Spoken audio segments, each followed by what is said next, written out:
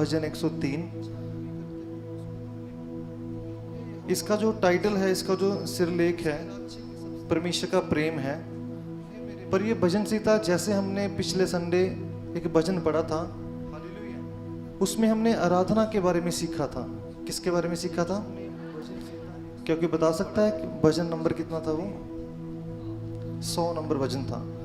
और अभी हम इन दिनों में आराधना के भजन ही पढ़ते हैं, क्योंकि जो हम गीत गाते हैं, साज बजाते हैं, ये हमारे मतलब लिखे हुए गीत हैं, लोगों के लिखे हुए गीत हैं। पर ये जो भजन है बाइबल में है, ये प्रभु के दासों के लिखे हुए पवित्र भजन हैं, जो हमने अभी हम पढ़े हैं। असल में जैसे एक वचन मैंने पढ़ा, एक वचन आपने पढ़ा, क्योंकि इसकी जो धुन होती है, ट्यून होती है, जो असली उन्होंने कंपोज किए हैं, वो हमें नहीं पता, बल्कि अब हम इसको विश्वास के द्वारा पढ़ते हैं। हालेलुया। और ये जो भजन है 103, ये यहाँ पर आराधना के लिए एक कॉल है, कॉलिंग है। परमेश्वर का दास कॉल करता है कि हे मेरे मन यहोवा को धन्य कह। एक बुलाहट है और आराधना की। अगर हम इसकी मूल भाषा में देखते हैं, इसको इब्रानी भाषा में, ये जो पूरा गीत है, पूरा भजन है, इसके हर एक वचन इब्रानी भाषा के एक पहले लेटर से शुरू होता है। जैसे पहला वचन ए से है, दूसरा बी से है, तीसरा सी से, डी से, ऐसे ऐसे है। पर जब ट्रांसलेशन हुआ हिंदी में, तब इसके शुरुआत का शब्द अलग अलग होते हैं। हालेलुया। जो आराधना है, क्या हम सब लोग आराधना करते हैं? क्या हम सब लोग धन्यवाद करते हैं? मेरा विश्वास है कि हम सब लोग आराधना करते हैं। जो पहला वचन है, हे मेरे मन यहोवा को धन्य कहे, और जो कुछ मुझ में है उसके पवित्र नाम को धन्य कहे, मुबारक कहे। आराधना की शुरुआत ही अपने मन से होती है। कहाँ से होती है? अपने मन से होती है। कई बार हम सोच सकते हैं कि आराधना हम कैसे शुरू करें। कई बार मैंने सुना है, कहते हैं कि पहले जी मैं कीबोर्ड खरीद लूं, उसके बाद आराधना करनी शुरू करूंगा, या मैं गिटार खरीद लूं, या माइक खरीद लूं, कुछ भी खरीद लूं, फिर आराधना करनी स्टार्ट करेंगे। प्रभु का वचन कहता है कि हे मेरे मन, अपने मन से आराधना स्टार्ट होती है। कहाँ से स्टार्ट होती है? अपने मन से शुरू होती है आराधना। कई बार हम दूसरों को देखते हैं कि क्या वो आराधना सही कर रहा है, पर दाऊद कहता है कि हे मेरे मन तू आराधना कर। आराधना करने के लिए किसको कहना है? अपने मन को कहना है। क्या आप सब लोग अपना हाथ अपने मन पे रख के बोल सकते हो कि हे मेरे मन तू आराधना कर, तू धन्य कह, तू मुबारक आख, हे मेरी जान। पंजाबी में क्या लिखा है? हे मेरी जान तू मुबारक आख। इंग्लिश में my soul, bless the lord O my soul. आराधना की शुरुआत अपने मन से होती है, दूसरों से नहीं होती, गाने से नहीं होती, यहाँ किसी और चीज से नहीं होती। अपने मन से शुरू करके, अपने दिल से शुरू करके, अपने भीतर से आराधना आती है, अपने अंदर से आराधना आती है। हालेलुया। जिसने आराधना करनी है उसको शोर शराबे की भी जरूरत नहीं, उसको साजों की जरूरत नहीं। जैसे कुछ बुजुर्ग लोग हैं, वो साज नहीं बजा सकते, इसका मतलब ये नहीं कि वो आराधना नहीं कर सकते। आराधना तो मन से निकलती है, अपने दिल से उमड़ती है आराधना। हालेलुया। कितने लोगों को ये बातें, प्रभु की बातें अच्छी लग रही हैं? कितने लोगों को समझ आ रही हैं? प्रभु को धन्यवाद देते हैं। हालेलुया। प्रभु का दास कहता है, हे मेरे मन यहोवा को धन्य कह। आराधना करने की जो कोशिश है, जो शुरुआत है, वो अपने मन से करनी है, अपने मन को कहना है। अपने मन को कई बार मन नहीं करता। क्या आप सब लोग सहमत हैं? कई बार मन नहीं करता, कई बार प्रार्थना करने के लिए मन नहीं करता। कितने लोग सहमत हैं? कई बार वचन पढ़ने के लिए मन नहीं करता। पर दाऊद कहता है अपने मन को मना रहा है, अपने मन को जोर डाल रहा है कि तू परमेश्वर की आराधना कर, तू परमेश्वर के नाम को धन्य कह, चाहे मन करे चाहे ना करे। इसे डिसिप्लिन कहते हैं हम। हालेलुया। अगर जो काम करने के लिए मन करता है, अगर हम वही काम करें तो वो तो हम इच्छा से काम करते हैं। पर अगर जब मन ना करें तब भी आराधना करते हैं, तब भी हम, वो डिसिप्लिन कहता है। हालेलुया कहते हैं उसको। इसके आगे जब हम पढ़ते हैं, हे मेरे मन यहोवा को धन्य कह, उसके किसी उपकार को ना भूलना। जब हम आराधना में बढ़ते हैं आगे, ध्यान से सुनिए, हमें प्रभु का वचन सिखाता है कि हमने क्या नहीं भूलना। मतलब कि हमने क्या याद रखना है। क्या याद रखना है? उसके उपकार। पुराने जीवन में जो परमेश्वर ने, पुराने जीवन मतलब कि पिछले दिनों में जो बीती हुई जिंदगी में परमेश्वर ने जो उपकार किए उसको याद रखना, उसको नहीं भूलना, ये आराधना है। परमेश्वर का वचन कहता है।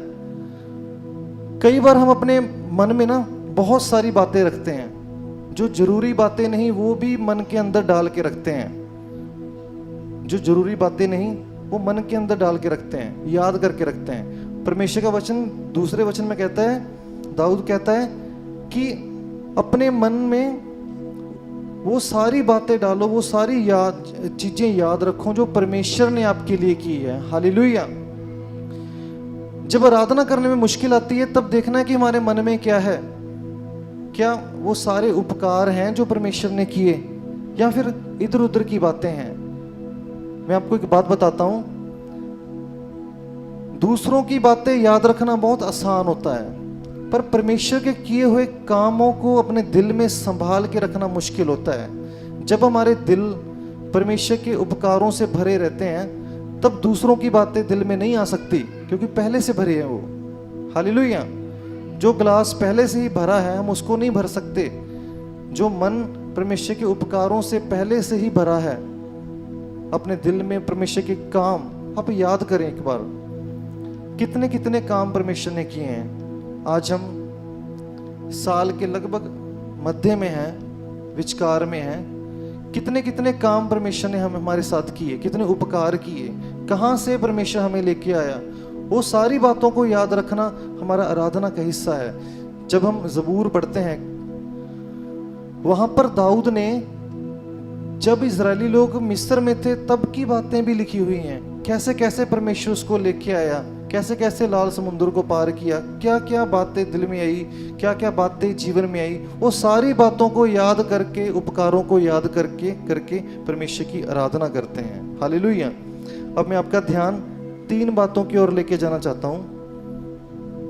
तीसरा जो वचन है अपनी अपनी बाइबल में देखें, वही तो तेरे सब अधर्म को क्षमा करता है। पहला काम जो परमेश्वर करता है वो क्षमा करता है, और तेरे सब रोगों को चंगा करता है। दूसरा काम है वो चंगाई देता है, और वह तेरे प्राण को नष्ट होने से बचाता है। तीसरा काम है बचाता है। पहला वो क्षमा करता है, फॉरगिवनेस। दूसरा वो चंगा करता है, हीलिंग। तीसरा वो बचाता है, छुटकारा देता है, रिडीम्स। परमेश्वर हमें क्षमा करता है, चंगा करता है और बचाता है, हमारे प्राण को नाश होने से बचाता है। हालेलुया। ये तीनों बातें आराधना में शामिल होती हैं। इनको याद करके हम आराधना करते हैं। आज कितने भाई बहनों ने आराधना की? क्या आप हाथ दिखा सकते हैं परमेश्वर को कि हाँ प्रभु मैंने आराधना की? क्या आपने इन सब बातों को याद किया आज?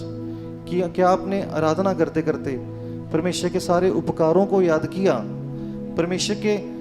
परमेश्वर ने जो आपको क्षमा किया है, चंगा किया है और बचाया है, इन सच्चाइयों के ऊपर आधारित आपकी आराधना है, हमारी आराधना है। हालेलुया। और जब हम आगे बढ़ते हैं, यहाँ पे लिखा है वो तेरी लालसा को उत्तम पदार्थों से तृप्त करता है, जिससे तेरी जवानी औकाब के समान नहीं होती है। ये नहीं लिखा कि वो तुझे उत्तम पदार्थ देता है, लिखा है वो तुझे उत्तम पदार्थों से तृप्त करता है। देना और तृप्त होने में फर्क होता है। हालेलुया।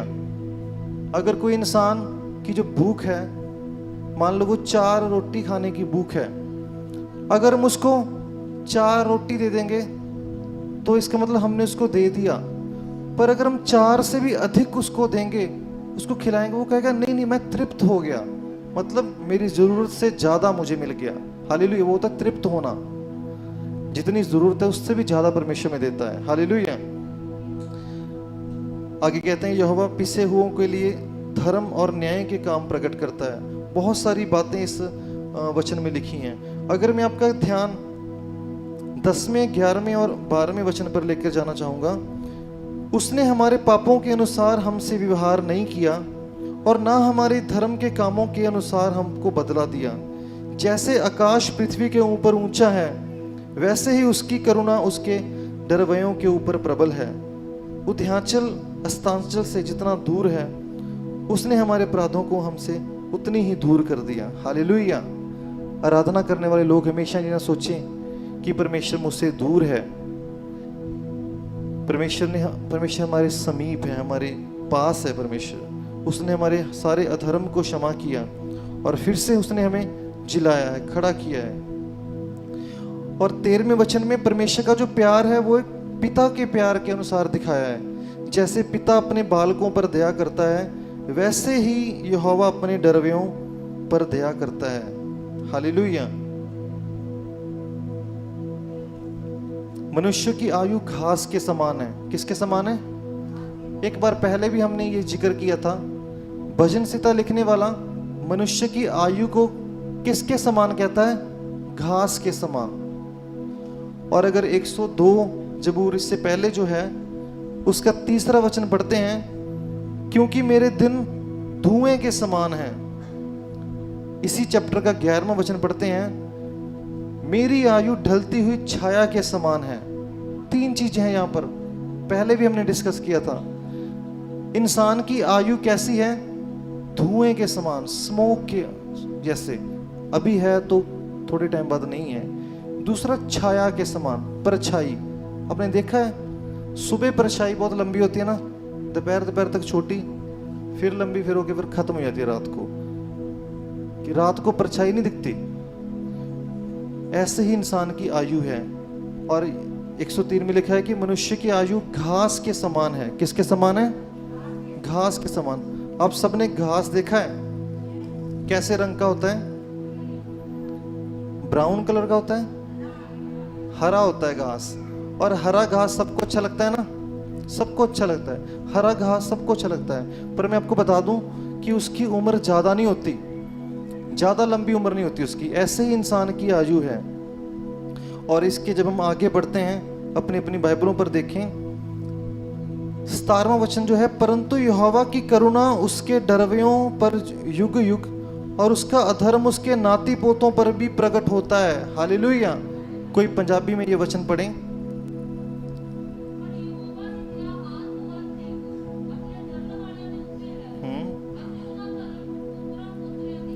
पुत्रा पोत्रियां। हालेलुया। परमेश्वर का धर्म या धर्म के काम जो हम करते हैं, जो हम परमेश्वर के आराधक हैं, जो परमेश्वर को धन्य कहते हैं, हमारे इन कामों का जो फल है वो सिर्फ हमारे लिए नहीं है, वो हमारे पुत्रा पोतियां, नाती पोतों के लिए, चिल्ड्रन, उनके लिए भी है। जब हम नीति वचन 20 का 7 पढ़ते हैं, वहां पर भी सेम लिखा है कि परमेश्वर की जो करुणा है, परमेश्वर का जो धर्म है, वो हमारे बच्चों के ऊपर भी रहता है। हालेलुया। मेरे प्रिय भाई बहनों, आज अगर आप आराधना करते हो, आप प्रार्थना करते हो, आप धन्य कहते हो, ये सिर्फ आपके लिए नहीं, आपके बच्चों को भी इसका फल मिलेगा। आमीन। आपके जो धर्म के काम हैं, आपकी जो आराधना है, वो आपके बच्चों को भी मिलेगी। जैसे अगर आप घर बनाते हो तो उस घर में आपके बच्चे भी तो रहते हैं। हालेलुया। बच्चों ने घर नहीं बनाते बट बच्चे रहते हैं। या वैसे ही जो धर्म के काम हम करते हैं, जो आराधना हम करते हैं, जो आशीषें हमारे धार्मिक कामों से हमें मिलती हैं, उसका प्रतिफल हमारे बच्चों को भी मिलता है। हालेलुया। और इसकी जो आखिरी भाग है, जो इसका 18 से लेके 22 तक, इसके ऊपर हम ध्यान देंगे। इसके बाद हम इसको समाप्त करेंगे। मैं आपको एक बात बताना चाहता हूं, अगर आप ध्यान से इन वचनों को पढ़ें, यहां पर आराधना या धन्य कहने वाले लोगों के बारे में लिखा है, अर्थात उन पर जो उसकी वाचा का पालन करते हैं और उसके उपदेशों को स्मरण करके उन पर चलते हैं। ये आराधना करने वाले लोग हैं। कैसे लोग हैं? जो उसकी वाचा का पालन करते हैं, जो उसके उपदेशों को स्मरण करके उन पर चलते हैं। इसका 20वां वचन लिखा है, हे यहोवा के दूतों, तुम जो बड़े वीर हो और उसके वचन को मानने से उसको पूरा करते हो, उसको धन्य कहो। उसको धन्य कहो मतलब कि आराधना करो। कौन आराधना करे? जो उसके वचन को मानने वाले हैं और पूरा करते हैं। हालेलुया। अगर आप आराधना करते हो तो आपको चाहिए, हमें चाहिए कि हम उसके वचनों को माने। हे यहोवा की सारी सेनाओं, उसके टहलू, तुम जो उसकी इच्छा पूरी करते हो। पंजाबी में क्या लिखा है? 21वां वचन।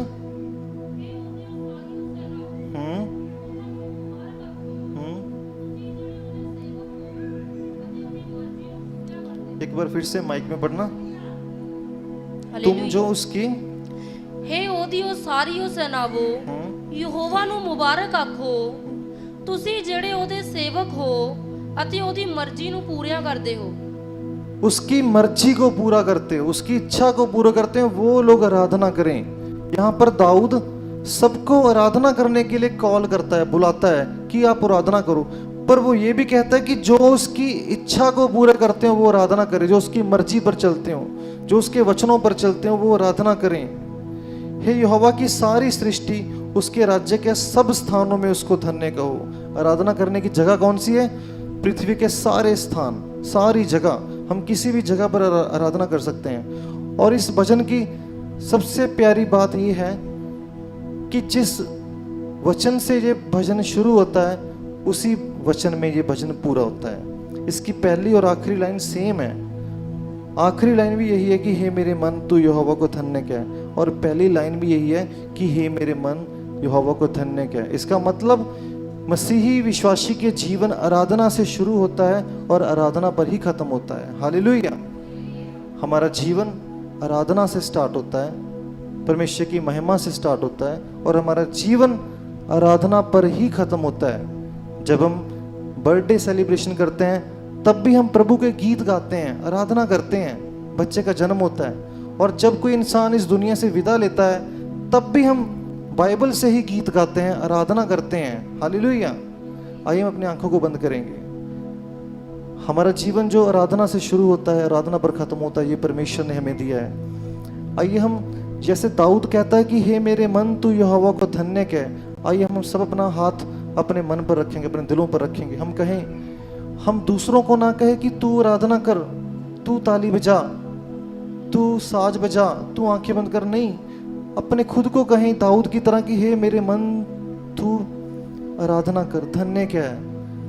इतना बड़ा राजा वो दाऊद, इतनी प्रजा को चलाने वाला व्यक्ति जो एक महान पोजीशन के ऊपर है, वो दूसरों को आदेश नहीं दे रहा बल्कि वो अपने मन को आदेश दे रहा है कि हे मेरे मन तू आराधना कर। आज अगर आपने आशीष पानी है तो आपने आराधना करनी है। अगर आप चाहते हो कि परमेश्वर आपको आशीष दे, अगर आप चाहते हो कि परमेश्वर आपकी इच्छाएं पूरी करे, अगर आप चाहते हो कि परमेश्वर आपको जयवंत से भी बढ़कर बनाए, तो आपने आराधना करने का आदेश खुद को देना है। हालेलुया। धन्यवाद करते हैं प्यारे पिता परमेश्वर, इस भजन के लिए आपका धन्यवाद करते हैं। इस भजन में आपने हमें आराधना के बारे में सिखाया स्वर्गीय पिता, और अपने मन से हमने आराधना करनी है और आपकी इच्छाओं को पूरा करना है। प्यारे पिता, आपने हमारे सारे अधर्म को क्षमा किया, हमको चंगा किया प्रभु जी, हमें प्राण को हमारे मौत से बचाया पिता परमेश्वर। तेरा धन्यवाद करते हैं प्रभु यीशु राजे, और हमारे धर्म के काम, हमारी आराधना का फल हमारे लिए, हमारे बच्चों के लिए हमेशा बना रहता है। आपका धन्यवाद करते हैं प्रभु जी, धन्यवाद करते हैं। आज के समय प्रभु जी, बच्चों से लेकर बड़ों तक जो भी इसमें प्रार्थना कर रहे हैं, सबको आपके हाथों में सौंपता हूं प्रभु जी। सबके ऊपर अपनी करुणा, अपनी कृपा हमेशा बनाए रख। इस प्रार्थना को जिंदा परमेश्वर प्रभु यीशु मसीह के सामर्थी नाम से मांगते हैं, आमीन।